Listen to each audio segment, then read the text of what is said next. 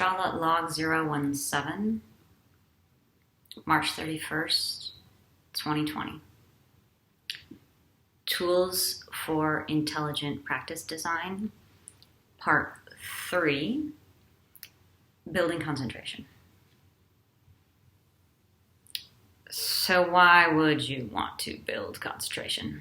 Well, first, as we've been talking about, there's this theory that any legitimate meditation practice builds concentration, clarity, and equanimity over the long run. Anything else is religious nonsense or new age woo-woo. It's not actually moving the development of consciousness to the next level so that there's transformations in the consciousness. So concentration, clarity, and equanimity are 3 different skills. I'm talking today about concentration and best practices for developing over time. Even outside of that theory, though, building concentration within the context of the practice, well, there's the obvious immediate effect of being able to be fully and deeply present in the practice itself, right? But we're not actually practicing as an end in itself. We're practicing as preparation for the life after, right?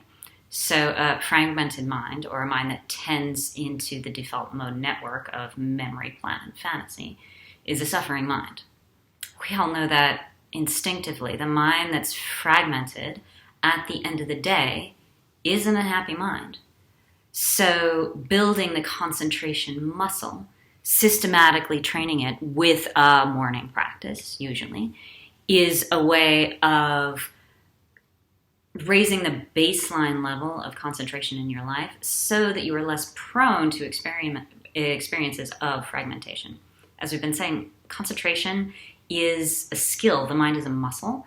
And most of us begin a meditation or a yoga practice with a very limited supply of concentration. It's so normal, and it has nothing to do with your so-called intelligence or how good of a person you are. It's just part of the human condition that's quite sweet. Most of us, especially in the current age, have pretty shredded concentration. And I don't mean that as like that kind of shredded, right? I mean, it's been destroyed. So there's something very subversive to using your practice to build that back up and then go to the next level. So, first best practice that I would recommend. This has to do with the principles of building your practice with equal amounts of upregulation and integration. This practice is do a program that is short and tractable enough that you can do it without a teacher.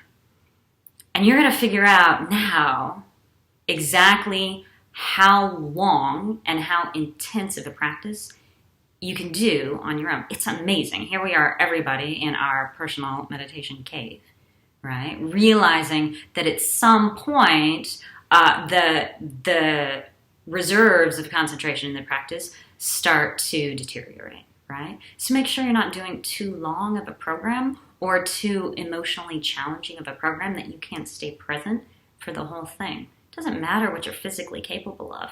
What we're here to do is also have a sadhana that has a beneficial effect on the mind for the rest of the day. One of the real issues of the lack of that sort of self-contained, self-responsible practice that sometimes shows up in Ashtanga is what I would call energy vampirism. And this is not an issue I've seen here in Ann Arbor at all. I haven't really even seen it so much with my teacher students in Mysore because I think they have to be self-responsible enough to do a self-practice most of the year. But it was definitely an issue during my 10 years in Los Angeles. And this is the installation of a part of the mind that's actually watching the teacher watch you and getting energy from the person holding the space in a way that's actually really not sustainable. That is not a good source of fuel to depend on a babysitter to get your practice done day by day. But I do think that that element of performativity can be a really harmful substitute for building intrinsic concentration. And right now, we've all got a situation where there's no shred of that. You've got to be able to do it without a teacher holding the space for you most of the time. That is wonderful. Next thing. So, relatedly, you may notice that at the end of your program, the attention starts to fragment towards the end. There can be two reasons for that. I think that most of us who are drawn to the Ashtanga practice have a slightly easier time concentrating when we're in the mode of pranic energy. There's a lot of upward movement, a lot of sort of spacious and airy energy associated with the energy we call prana in the tradition. And it can be relatively easy for us to become fascinated with that. Towards the end of the practice, the energy really changes. The most obvious place is in the Paschimottanasana after your back bends, and especially in a long shoulder stand. Shoulder stand has 7 positions, and naturally the breath wants to become very slow there. And I would say really keeping the mind present in not just a full way, so there's no part of you that's somewhere else, but in a deep way, so you're really paying attention to your inner experience during shoulder stand, has this added benefit of training the mind to concentrate over a variety of terrains. So you've already spent your practice being like, okay, I'm going to be equally present in the postures that I have a subtle dislike for and the ones that I have a subtle weird, graspingness for. And then once you kind of get to that point where you can go through, the vinyasa sequence with a granular level of concentration, you get to this long shoulder stand. I would say taking increasingly long, slow breaths in shoulder stand has this really interesting side effect of developing the concentration when you've already spent down a lot of your concentration in your practice, and already the energy is changing into a different sort of tonality. And that's going to change again once you're finished with your practice. So can you stay present through that unevenness of terrain? Hacking the inner critic. This is something I learned about on retreat from fellow retreatants of Wishin and Yang. So this is amazing, and it's not a tool that I have used, but a lot of my fellow meditators have found this to be the key for taking concentration to very high levels. So in the West, some of us have a little substructure of ego that I'm going to call the inner critic. Not all of us.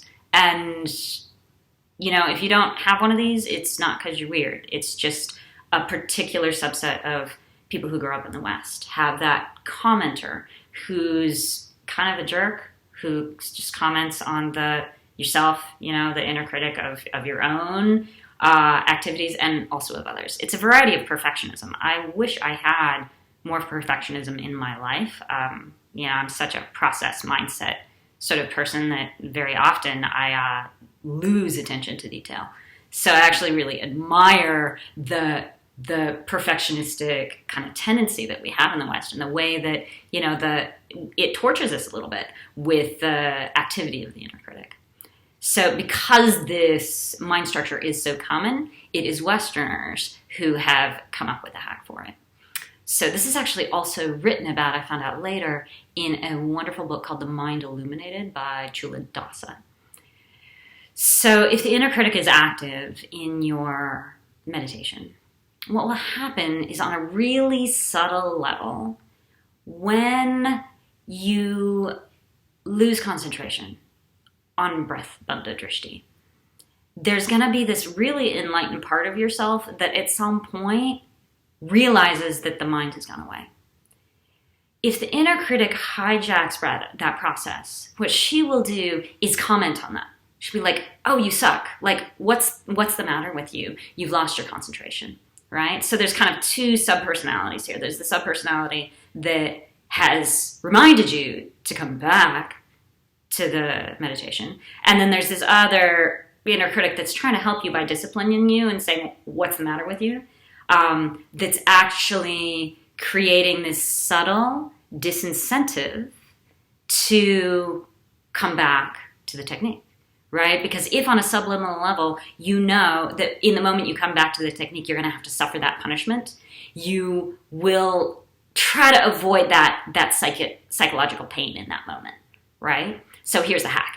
The hack is to take the inner critic and train her to be an inner cheerleader. This is super cheesy, and people say it works a dream. So you train her to, in that moment, that really enlightened part of yourself, it's like, oh yeah, I'm thinking about breakfast or my problems or whatever. The minute the enlightened self realizes that's what's going on, this other inner cheerleader that used to be the inner critic, it's like, awesome, good job. You pat yourself on the back because that is actually the skill that develops your concentration. Being excited that you noticed that you did it wrong, right? So this is a huge perfectionism hack because the part of us that doesn't want to do it wrong has to actually be placed in check. You have to be excited to notice when you're doing it wrong and recognize we all screw up all of the time. The nature of the mind is to think. If you catch it thinking when you're supposed to be focusing on your anus, that's normal, right?